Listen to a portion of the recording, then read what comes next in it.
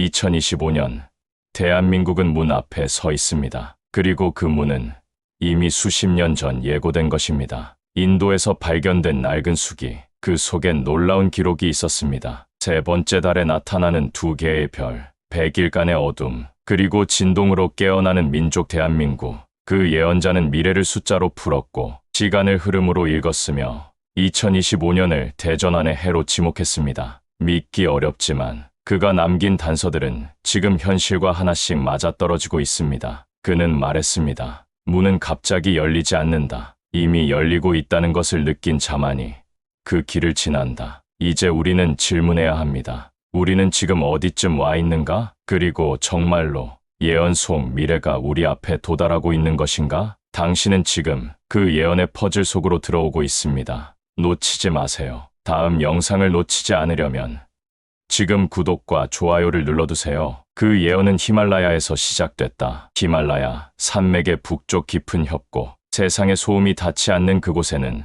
40년 가까이 세상과 단절된 채 명상에 잠긴 한 남자가 있었다. 인도 전통 철학을 넘어 우주의 흐름과 인간의 운명을 숫자로 읽는 자. 그는 이름을 갖지 않았다. 제자들은 그를 마하라지라 불렀고 현지인들은 말없는 자라 불렀다. 그는 말 대신 붓과 종이를 택했다. 그리고 그가 남긴 문서 속 이상하게도 대한민국이라는 단어가 등장한다. 바로 그곳이 세계의 문이 열리는 마지막 지점이라고 쓰여 있었기 때문이다. 그는 말했다. 2025년 남과 북 사이 시간이 정지된 것처럼 고요한 나라에 한 줄기 파동이 일어날 것이다. 그 순간을 놓치면 역사는 다시 닫힌다. 처음엔 이 말을 아무도 믿지 않았다. 인도의 오래된 신비주의자 중 하나일 뿐이라며 그의 예언은 외면당했다. 하지만 시간이 지나며 그는 놀라운 사건들을 정확히 맞춰가기 시작했다. 1991년 걸프전이 터지기 8개월 전 그는 문서에 이렇게 썼다. 모래의 바다에서 강철새들이 불을 뿜는다. 그것은 석유의 전쟁이다. 2004년 남아시아를 집어삼킨 대지진과 쓰나미를 두고는 바다는 그날 삼킬 것을 삼키고 돌려주지 않는다라고 적었다. 그리고 2020년 그가 예언한 대로 바람 없이 찾아오는 전쟁이 전 세계의 문을 닫을 것이라는 말은 전 인류를 덮친 팬데믹과 기이하게 맞아떨어졌다. 그의 예언은 이제 단순한 철학이 아니라 시간을 해석하는 또 하나의 언어처럼 여겨졌다. 그런 그가 마지막으로 언급한 나라, 그가 예언의 끝에서 3번이나 반복한 이름, 그것이 바로 대한민국이었다. 그 땅은 검은 물과 하얀 불이 만나는 곳이다. 108일간 침묵한 후 다시 노래가 들릴 것이다. 대한민국. 이 예언을 듣는 우리는 과연 이 말을 어디까지 믿을 수 있을까? 하지만 이상한 일은 계속된다. 2023년 가을,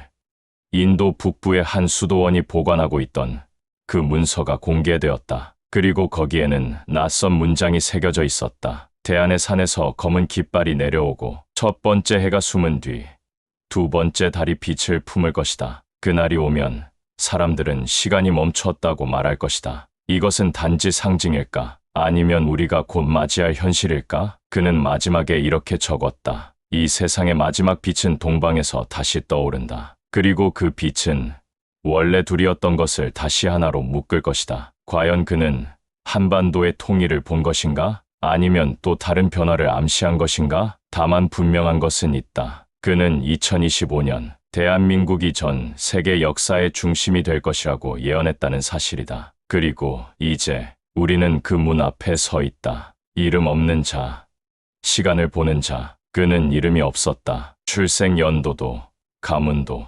국적도 그 누구도 알지 못했다. 그저 사람들은 그를 마하라지라고 불렀다. 왕이라는 뜻이지만 그는 어떤 왕좌에도 앉지 않았다. 힌두 전통 속에서도 그는 이단이었다. 말하지 않고, 나타나지 않고, 보이지 않는 자. 히말라야 북쪽 사트파나 산맥 아래 해발 4,000m 고원, 거기엔 세상의 어떤 지도에도 나오지 않는 작은 동굴이 있다. 그리고 바로 그 안에서 그는 40년을 살아냈다. 그가 처음 세상의 모습을 드러낸 것은 1981년 인도 우타라칸드 주의 한 수도승이 의식을 잃고 쓰러졌을 때였다. 3일 동안 숨을 쉬지 못하던 그 수도승은 눈을 뜬 순간 검은 눈을 가진 자가 나를 데려왔다라고 말했다. 그 이후 몇몇 스승들과 수행자들 사이에서 그의 존재는 전설이 되었다. 하지만 그는 절대 말을 하지 않았다. 대신 그는 계산을 했다. 계산. 그렇다. 그는 시간을 숫자로 읽는 자였다. 힌두 점성술 조띠쉬를 넘어서 그는 시간의 흐름을 수열과 리듬으로 파악했다. 그가 남긴 수기에는 이렇게 쓰여 있었다. 모든 나라는 주기를 가진다. 대한민국의 주기는 108이다. 36년은 고통의 시작, 또 다른 36년은 분열의 시간, 마지막 36년이 오면 그들은 하나가 된다. 그리고 지금 2025년은 정확히 그 마지막 36년의 끝자락이다. 놀라운 것은 그가 이 주기를 수십 년 전 이미 남겨놓았다는 점이다. 그는 특정 나라에 대해 예언을 남기지 않았다. 미국, 중국, 러시아, 일본, 그 어디에도 나라 이름은 등장하지 않았다. 하지만 유일하게 예외가 있었다. 대한민국. 그는 수기에서 대한이라는 단어를 3번 언급했고, 남과 북으로 나뉜 나라, 작지만 큰 진동을 가진 민족, 시간의 끝에서 새로운 시작을 여는 땅이라 표현했다. 이 모든 구절은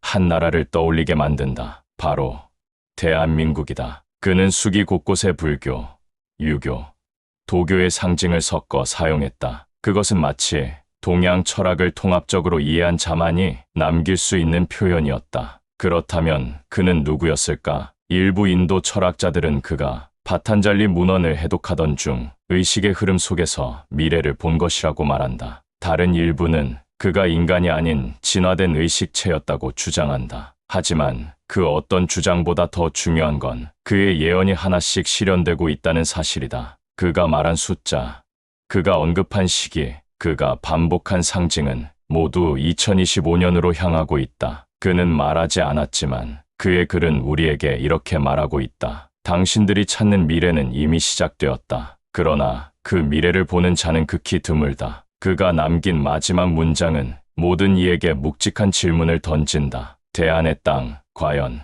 준비는 되었는가? 그가 본 미래, 대한민국 2025. 그는 종이에 한 문장을 반복해 썼다. 그날은 흐리지도 맑지도 않을 것이다. 기이한 문장이었다. 하지만 바로 그 문장 아래 다음 구절이 적혀 있었다. 3일간의 정지, 108일의 혼란, 그리고 그 뒤 문이 열린다. 그 문장은 수십 년이 지난 지금 전 세계 예언 연구자들 사이에서 대한민국 2025 예언이라 불리고 있다. 무엇이 정지하고 무엇이 열린다는 것일까? 그는 인도 전통 점성학에서 쓰이는 날짜 계산법, 나바그라하를 활용해 한 가지 결론에 도달했다. 2025년 9월, 그는 이 시기를 3번째 리듬의 끝이라 불렀다. 그가 말한 리듬은 시간의 주기였다. 하나는 고통의 시기, 다른 하나는 분열의 시기, 그리고 마지막은 전환의 시기. 대한민국은 그 전환의 문 앞에 서 있다. 이 구절은 그가 남긴 기록에서 가장 자주 등장하는 문장이었다. 그리고 그는 이 시기를 상징하는 숫자로 108을 남겼다. 108은 불교에서 번뇌의 숫자이며 수행의 완성을 의미하기도 한다. 그가 말한 108일의 혼란은 단지 재난이나 파괴가 아닌 내면과 외면의 진동이라고 해석된다. 즉, 거대한 전환 이전의 준비, 모든 균형이 재조정되는 기간이라는 뜻이다. 그는 이렇게 적었다. 그날이 오면 조용한 나라에서 가장 큰 파동이 시작된다. 그리고 그것은 언어도 무기도 아닌 마음의 울림으로 세상을 움직일 것이다. 그가 묘사한 2025년은 재난의 해가 아니었다. 혼란 이후 찾아오는 새로운 질서의 시작점이었다. 그는 이 전환의 해를 시간의 셋째 관문이라 부르며 한반도가 그 관문의 중심에 서 있을 것이라 했다. 작은 반도의 사람들은 잃어버렸던 노래를 다시 부르기 시작할 것이다. 그리고 그 소리는 멀리 바다 건너 대륙까지 퍼져나간다. 그는 노래라는 단어를 자주 썼다. 이는 문화와 정신, 그리고 집단 의식의 상징으로 해석된다. 즉,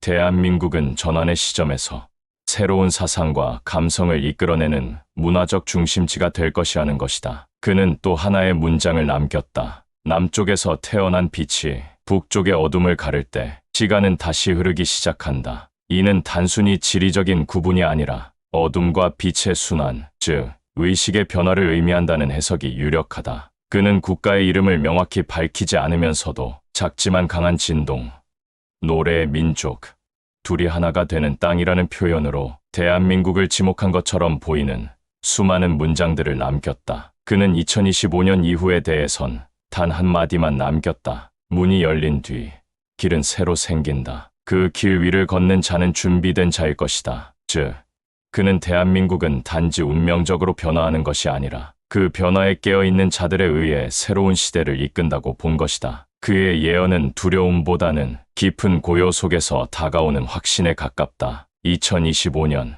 그가 반복한 그 해는 이제 우리 눈앞에 다가와 있다. 우리는 묻게 된다. 그가 본 그 미래 속에 지금의 우리는 준비되어 있는가? 숫자의 비밀 39, 27, 108. 우주는 수로 움직이고 시간은 그 수의 그림자다. 인도 예언자가 남긴 이 문장은 마치 암호 같았다. 하지만 그의 수기에는 반복되는 숫자들이 분명히 존재했다. 39, 27 그리고 108점. 그는 이 숫자들을 단순한 수학적 단위가 아닌 운명의 주파수라 불렀다. 먼저 3점. 그가 말한 첫 번째 숫자는 모든 시작의 근본이었다. 그는 이렇게 적었다. 모든 변화는 셋의 진동으로부터 시작된다. 과거, 현재, 미래, 탄생, 소멸, 부활, 물, 불, 바람, 그리고 남, 북, 그 사이. 대한민국을 구성하는 가장 상징적인 단어 중 하나는 바로 남과 북, 그 사이에서 오는 에너지의 교차. 그는 3이라는 숫자를 통합의 시작,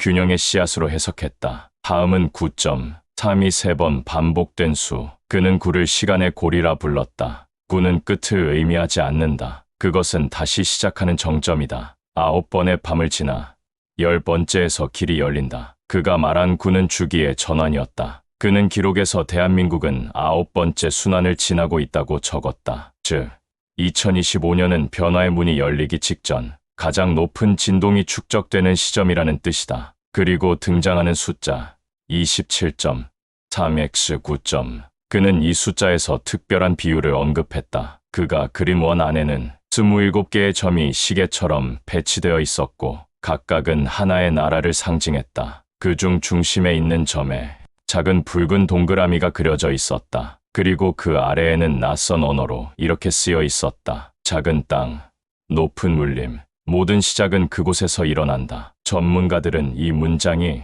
대한민국을 암시한 것이라고 해석했다. 그가 27을 중심의 숫자라 부른 이유는 27번째 고리에서 세계의 맥이 바뀐다는 예언과 함께였기 때문이다. 그리고 마지막 숫자 108점. 이 숫자는 그의 예언 전체를 관통하는 상징이었다. 수행의 끝, 번뇌의 수, 통합과 확장의 숫자. 그는 말했다. 108일간의 침묵은 108개의 고리가 다시 맞물리는 시간이다. 그 시간 동안 모든 질서가 조정된다. 그는 108을 운명의 조율 시간이라 표현했다. 그리고 이것이 대한민국에 적용되는 시점이 2025년이라는 것이다. 이제 질문은 명확해진다. 왜 이 숫자들이 반복되었는가? 그리고 왜 그 중심에 대한민국이 있는가? 예언가는 답을 남기지 않았다. 하지만 그가 만든 수열은 한 가지 사실을 암시했다. 모든 숫자는 중심으로 수렴하고 있었고 그 중심에 있는 하나의 점이 바로 변화의 진원지였다. 수는 말하지 않는다. 그러나 흐름을 읽는 자는 숫자 위에서 진실을 듣는다.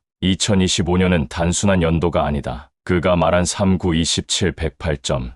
이 모든 숫자가 수렴하는 시점. 그는 마지막으로 이렇게 남겼다. 그들은 준비되었는가? 수가 정렬되었을 때 세계는 다시 노래를 시작한다. 그리고 그 노래는 바로 이 작은 반도에서 시작될지도 모른다. 문이 열리는 날, 2025년의 단서들. 그는 시간을 직접 말하지 않았다. 하지만 수기 곳곳에 의도적으로 반복된 문장이 있었다. 세 번째 달이 지나면 그들은 2개의 별을 볼 것이다. 9번째 장막이 걷히는 날, 맑은 하늘이 잠시 흐려진다. 아무도 눈치채지 못한 날이 사실은 시작의 날이다. 그의 예언은 정확한 연도보다 징조와 흐름으로 구성되어 있었다. 이상기후, 계절의 뒤섞임, 일상 속 어긋난 작은 패턴들. 그는 단서들을 숫자 대신 날씨, 하늘, 소리와 같은 자연의 언어로 기록했다. 예를 들어, 그는 수기에서 2개의 별을 언급한다. 이는 천문학적으로는 금성과 목성의 근접 현상일 수 있다. 흥미롭게도 2025년,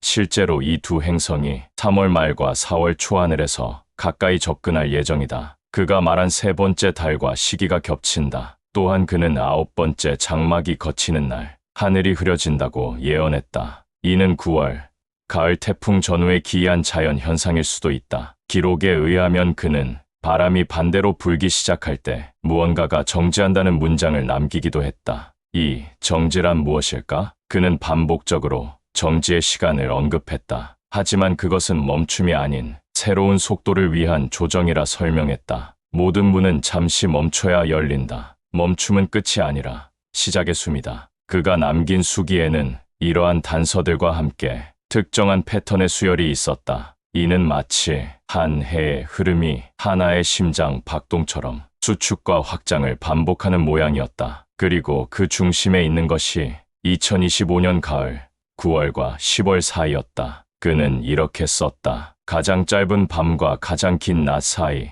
북쪽은 열리고 남쪽은 들린다. 이때 문이 열린다. 문이 열린다는 표현은 그의 수기에서 가장 중요하게 등장하는 문장이다. 문은 상징이다. 변화의 입구이자 지나가야 할 임계점. 그는 그 문이 어떤 사건으로 열린다고 보지 않았다. 오히려 의식의 흐름이 문을 연다고 했다. 즉, 단 하루의 특별한 날보다는 서서히 열리는 변화의 흐름이 2025년이라는 해 전체를 둘러싸고 있다고 본 것이다. 그렇다면 우리는 어떤 징조를 통해 그 날이 가까이 왔음을 알아차릴 수 있을까? 그는 단순한 조언을 남겼다. 너무 크게 들리는 작은 소리를 들어라. 너무 빨리 지나가는 느린 변화를 보라. 이 말은 기술의 진보, 사회 구조의 변화, 문화 감성의 전환 등 눈에 띄지 않게 다가오는 흐름이 결국 모든 것을 바꾼다는 뜻이다. 그리고 바로 그 순간 문은 열린다. 진동의 민족, 왜 대한민국인가? 그는 지도의 어느 한 점을 손가락으로 짚었다. 히말라야의 남쪽도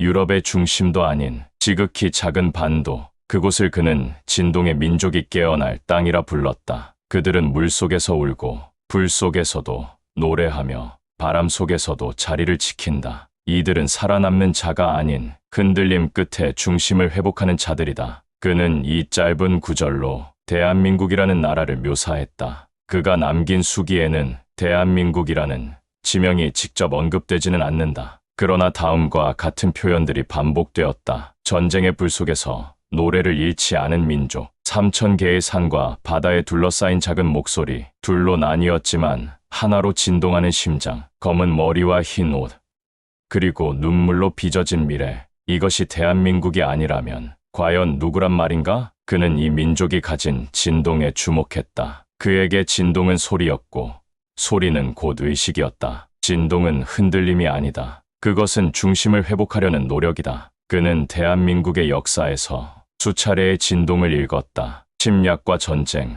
분단과 고립, 기적 같은 경제 성장, 그리고 문화의 폭발. 이 모든 것들이 단절이 아닌 순환으로 읽혔다. 그는 이렇게 말했다. 그들은 매번 끝인 듯한 순간에 가장 강한 노래를 부른다. 그리고 그 소리는 언젠가 세상의 중심이 된다. 대한민국의 K컬처, 기술, 민주주의, 그리고 끊임없는 내면적 갈등과 회복, 이러한 이중성 속에서 그는 의식의 진동이 시작되고 있다고 보았다. 그는 기록 속에서 이 민족이 통일을 넘어 의식의 중심을 이끌 것이라 예언했다. 국경이나 체제의 문제가 아닌 사람의 마음을 바꾸는 힘. 그는 다음과 같이 단언했다. 기술로는 강국이 많고 군사로는 제국이 많다. 그러나 진동으로 마음을 움직이는 나라는 드물다. 그는 이 나라가 가진 언어, 감정, 예술이 단순한 문화가 아니라 새로운 시대의 주파수라 했다. 대한민국은 이제껏 자신도 모르게 세계의 파장을 바꿔왔다. 이제 그 흐름이